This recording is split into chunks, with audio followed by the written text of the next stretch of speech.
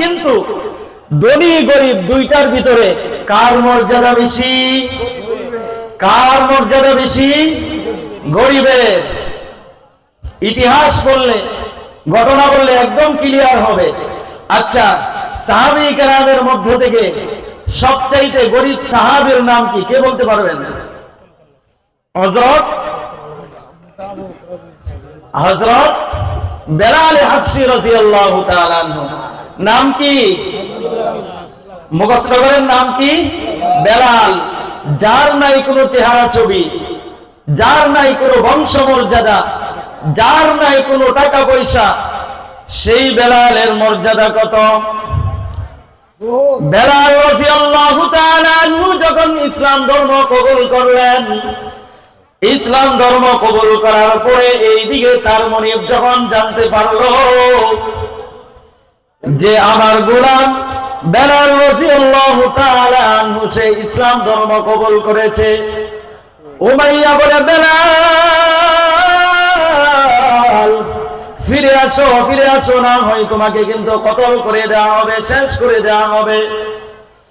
বেলাল বলে, আরে ইসলাম ধর্ম কবুল করেছি, উদ্দেশ্য হলো দুনিয়াতে কষ্ট করব কিন্তু জাহান্নামের আগুন সইতে পারবো না, অতএব তোমার যত শাস্তি দেওয়া দরকার তুমি দিতে পারো, কিন্তু আমি ইসলাম ধর্ম কখনো ছাড়তে পারবো না। সুবহানাল্লাহ। এই বেলাল রাদিয়াল্লাহু তাআলা আনহুকে যখন বারবার যখন বলা হচ্ছিল, উমাইয়া বলল, হে বেলাল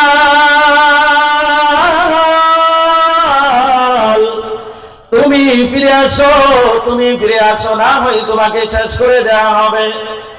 বেলাল রাদিয়াল্লাহু তাআলা আনহু যখন মানেন না, না মানার কারণে অবশেষে উমাইয়া তাকে এত পরিমাণ কষ্ট দিল, এত পরিমাণ কষ্ট দিল, মক্কার ভিতরে উত্তপ্ত বালির উপর শুয়াইয়া তাকে রাখলো। এই কঠিন পরিস্থিতিতে, এই কঠিন মুহূর্তে সেই বেলাল রাদিয়াল্লাহু তাআলা আনহু, যার কোনো টাকা পয়সা নাই, যার বংশমর্যাদা নাই, ওই বেলাল রাদিয়াল্লাহু তাআলা আনহু বলেন, আহাদ আহাদ আহাদ আহাদ আল্লাহ। ওই উমাইয়া আমাকে কষ্ট দিতে পারে, কিন্তু এর উসিলায় আমি তোমার কাছে পরকালে জান্নাত চাই। কোন সে বেলাল রাদিয়াল্লাহু তাআলা আনহু? কোন সে বেলাল রাদিয়াল্লাহু তাআলা আনহু? যে বেলাল রাদিয়াল্লাহু তাআলা আনহু তিনি যদি আযান না দিতেন তাহলে সুবহ সাদিক উদিত হইতো না।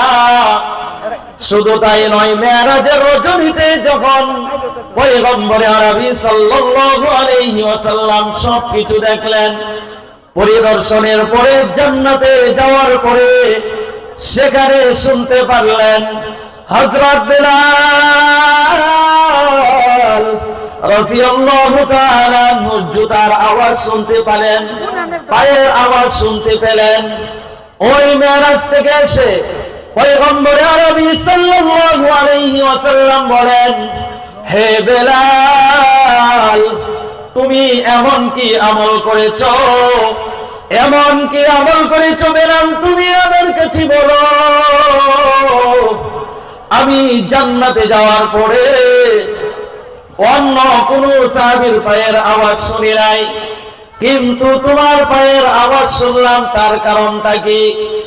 বেলাল রাদিয়াল্লাহু তাআলা আনহু বলেন, বেলাল রাদিয়াল্লাহু তাআলা আনহু তখন বলেন, হে পয়গম্বর আমি তেমন কোনো আমল করতে পারি না, তেমন কোনো আমল করতে পারি না, কিন্তু আমার ভিতরে এমন একটা আমল আছে, আমি যখন ওযু করি, ওযু করার পরে সর্বপ্রথম মসজিদে এসে 2 রাকাত নামাজ আদায় করি।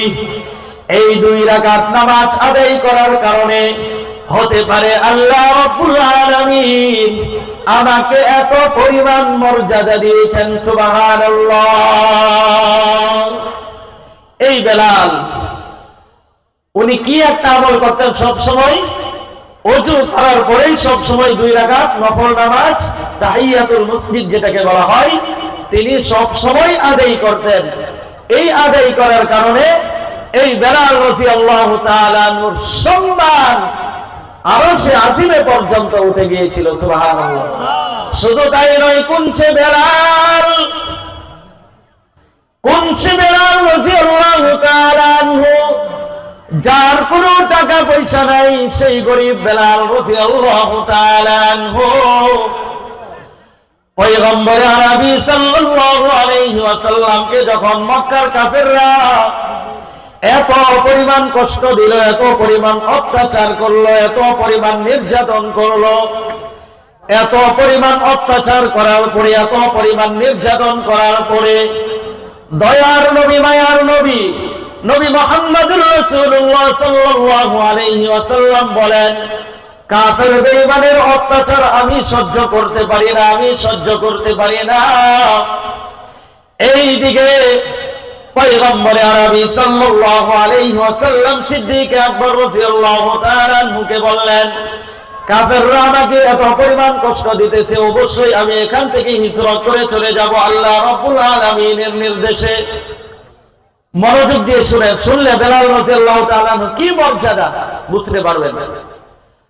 তো পয়গম্বর আরবি সাল্লাল্লাহু আলাইহি ওয়াসাল্লাম কাফের বেঈমানের অত্যাচার নির্যাতন সহ্য করতে না পেরে এই দিকে তিনি হিজরত করে মদিনায় চলে গেলেন। যাওয়ার পথে পথিমধ্যে বেলাল রাদিয়াল্লাহু হযরত আবু বকর সিদ্দিক রাদিয়াল্লাহু তাআলা আনহু জিজ্ঞেস করলেন, বললেন, ইয়া আবু বকর, যে আবু বকর রাদিয়াল্লাহু তাআলা আনহুর নামটা বললেন, আবু বকর রাদিয়াল্লাহু তাআলা আনহুর নামটা উচ্চারণ করতে দেরি আবু বকর রাদিয়াল্লাহু তাআলা আনহুর সাথে সাথে বলেন, লাব্বাইকা ওয়া সাদাইকা ইয়া রাসূলুল্লাহি সাল্লাল্লাহু আলাইহি ওয়াসাল্লাম। পয়গম্বর আরবি সাল্লাল্লাহু আলাইহি ওয়াসাল্লাম আশ্চর্যান্বিত হয়ে গেলেন, কিরে আবু বকর, তুমি কি ঘুমাও নাই? সেই সিদ্দিক আকবর রাদিয়াল্লাহু তাআলা আনহু বলেন, হে দয়ার নবী, মায়ার নবী, নবী মুহাম্মদুর রাসূলুল্লাহ সাল্লাল্লাহু আলাইহি ওয়াসাল্লাম, যেই দিন আপনি আমাকে বলেছিলেন কাফের বেঈমানের অত্যাচারের কারণে আপনি তাদের অত্যাচার বরদাস্ত করতে পারছেন না, অবশ্যই এই জন্য আপনি হিজরত করবেন এবং ওই হিজরতের সফর সঙ্গী আমি আবু বকর হব। সেই দিন থেকে শুধু আমি আবু বকরের ঘুম নাই, বিষয়টা এরকম না। এই যে দেখেন আমার কন্যা আসমা, ওরও পর্যন্ত ঘুম নাই। ওই যে দেখেন আমরা সফর করার জন্য 2টা উটের ব্যবস্থা করে রাখলাম, ওই উটের পর্যন্ত ঘুম নাই। অতএব আপনি চলুন, আপনাকে নিয়ে আমরা চলে যাই, মদিনায় চলে যাই।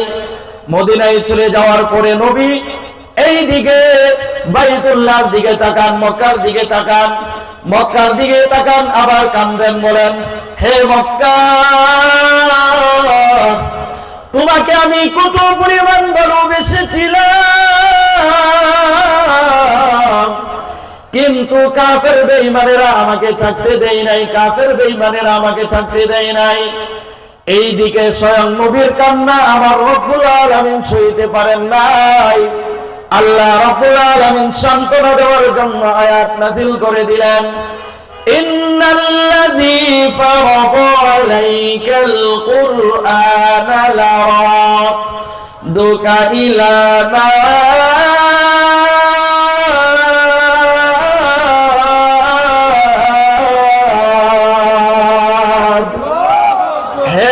আপনি এখন কষ্ট বেঁচে যাচ্ছেন, কিন্তু এমন একটা সময় আসবে তখন আপনি বিজয়ী বেশে আসবেন। চিল্লা এখন আল্লাহু আকবার। কিছুদিন গেল, পয়গম্বর আরবি সাল্লাল্লাহু আলাইহি ওয়াসাল্লাম বিজয়ী বেশে মক্কায় আসলেন। মক্কায় আসার পরে এবার পয়গম্বর আরবি সাল্লাল্লাহু আলাইহি ওয়াসাল্লাম বলেন, এবার শুকরিয়াতান নামাজ আদায় করা হবে। কিসের নামাজ? শুকরিয়াতান নামাজ আদায় করা হবে। তো এই নামাজ আদায় করব আমরা জামাতের সাথে। তো আজান কে দিবে? আজান কে দিবে? মক্কার ভিতরে সমস্ত সাহাবায়ে কেরামদেরকে নিয়ে পরামর্শে বসে গেলেন। পরামর্শ বৈঠকের ভিতরে একদল দাঁড়ায় বলে, আজকের এই মুহূর্তে যিনি আজান দিবেন তিনি আর কেউ নন, তিনি হলেন সিদ্দিক আকবর তথা হযরত আবু বকর সিদ্দিক রাদিয়াল্লাহু তাআলা আনহু। দয়ার নবী, মায়ার নবী, নবী মুহাম্মদুর রাসূলুল্লাহ সাল্লাল্লাহু আলাইহি ওয়াসাল্লাম বলেন, আজকের এই আজান আবু বকর সিদ্দিক রাদিয়াল্লাহু তাআলা আনহু দিতে পারবেন না, বসে যান।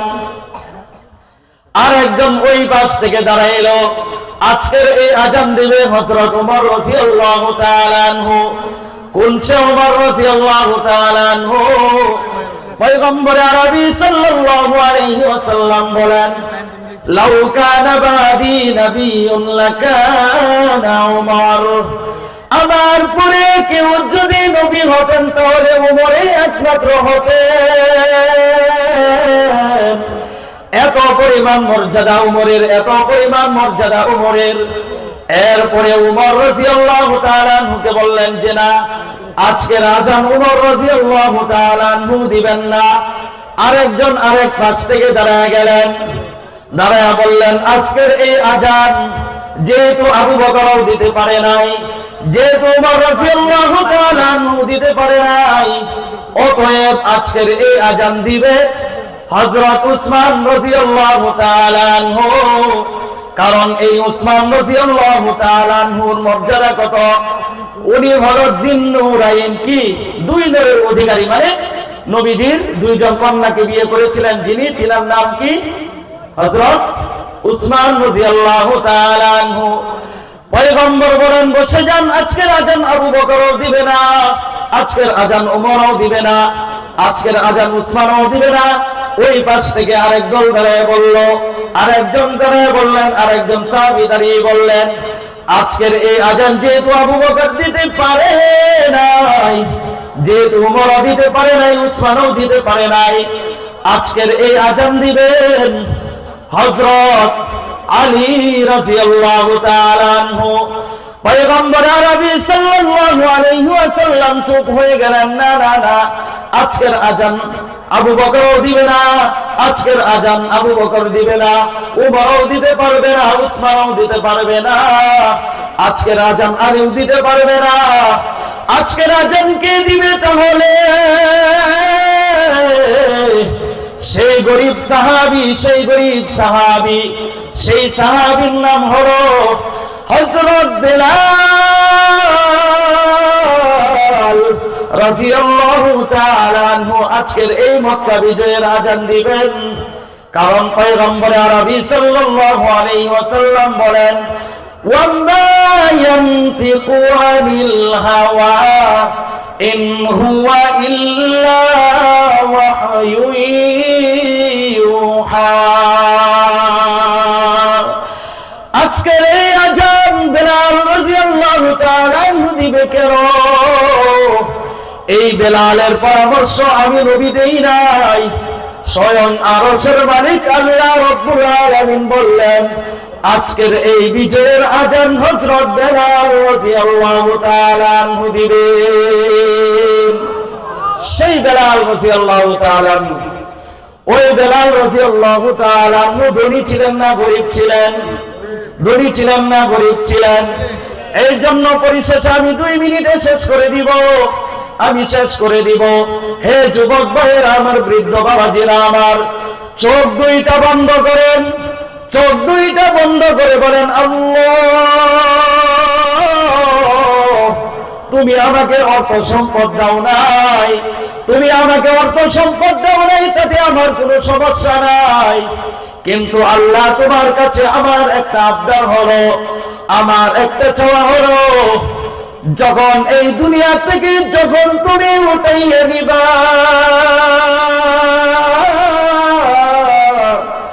ওই বেলাল রাদিয়াল্লাহু তাআলা আনহুর যেই রকম মর্যাদা তুমি দিয়েছো, আমি গরিব হওয়ার কারণে আল্লাহ সকলে একটু মহব্বতের সাথে বলি আল্লাহ।